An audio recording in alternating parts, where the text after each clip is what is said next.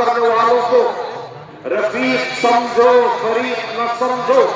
যারাই আল্লাহর দ্বীনকে বুলন্দ করবার জন্য, যারাই আল্লাহর দ্বীনকে সেবা দেওয়ার জন্য, খেদমত করার জন্য কাজ করছে, তার পদ্ধতি তোমার থেকে ভিন্নতর হতে পারে।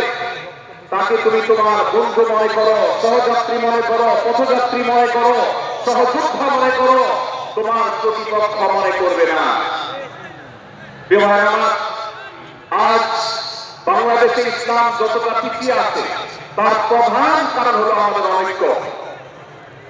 আজ আমরা যদি আমাদের মধ্যকার যে সমস্ত দেয়াল এবং প্রাচীরগুলো, অদৃশ্য প্রাচীরগুলো উঠে আসে, যেগুলো আমাদের মুসলিম ভ্রাতৃত্বকে ভেঙে খান খান করে দিয়েছে, টুকরো টুকরো করে দিয়েছে, যদি আজ আমরা সে সমস্ত অদৃশ্য প্রাচীরগুলো দূরে সরাতে পারতাম, আমার ভিন্ন মতের ভাইকে যদি আমার ভাই মনে করতে পারতাম, তার যদি আমি কল্যাণকামী হতে পারতাম, আল্লাহর কোরআনের ঘোষণা অনুযায়ী এই মুসলমানদের ঐক্যবদ্ধ শক্তিকে দমাবার শক্তি পৃথিবীর কারণ নাই, কারণ নাই, কারণ নাই। আজ আমার ভাইয়েরা ফিলিস্তিনে মার খাচ্ছে, যদি আজ গোটা বিশ্বের মুসলমানরা আমরা ফিলিস্তিনে মুসলমানদের উদ্ধারের ব্যাপারে ঐক্যবদ্ধ থাকতাম, ফিলিস্তিনে মুসলমানের দিকে চোখ তুলে তাকাবার শক্তি বিশ্বের কোন কাফেরদের থাকতো না।